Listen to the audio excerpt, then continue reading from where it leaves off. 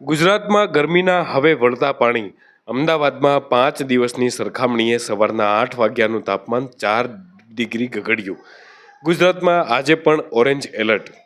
હવામાન વિભાગની આગાહી અનુસાર 24 મે સુધી રાજ્યભરમાં કાળઝાળ ગરમી રહ્યા બાદ 25 મે એટલે કે આજે શનિવારથી ગરમીમાં રાહતનો અનુભવ થશે, જેને પગલે અમદાવાદ શહેરમાં ગઈકાલે મોડી રાતથી જ તાપમાનમાં ઘટાડો નોંધાવવામાં આવ્યો હતો.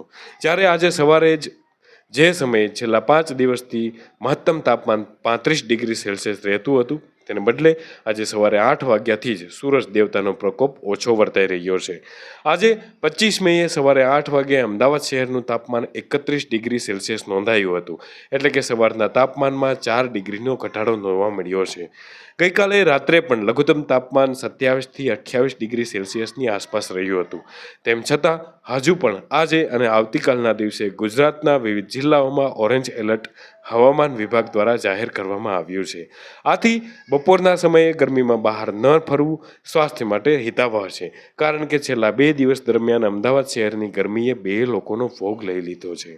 આજથી અમદાવાદ જ નહીં પરંતુ રાજ્યના તમામ જિલ્લાનું મહત્તમ તાપમાન ઘટે તેવી શક્યતા છે.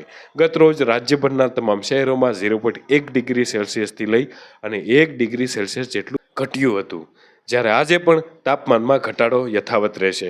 વહેલી સવારથી જ છેલ્લા 5 દિવસની સરખામણીએ તાપમાનમાં 4 ડિગ્રીનો ઘટાડો નોંધાયો હતો, જ્યારે આજે દિવસ દરમિયાન અમદાવાદ શહેરનું મહત્તમ તાપમાન 43થી 45 ડિગ્રી સેલ્સિયસ રહે તેવી શક્યતા છે. આજે અમદાવાદ શહેરમાં હવામાન વિભાગ દ્વારા ઓરેન્જ એલર્ટ જાહેર કરવામાં આવ્યું છે, એટલે કે તાપમાનનો પારો 43.1 ડિગ્રી સેલ્સિયસથી લઈ અને 44.9 ડિગ્રી સેલ્સિયસની વચ્ચે રહેશે. સવારે 8 વાગે 31 ડિગ્રી સેલ્સિયસ તાપમાન રહ્યા બાદ 10 વાગે 34 ડિગ્રી સેલ્સિયસ તાપમાન થશે.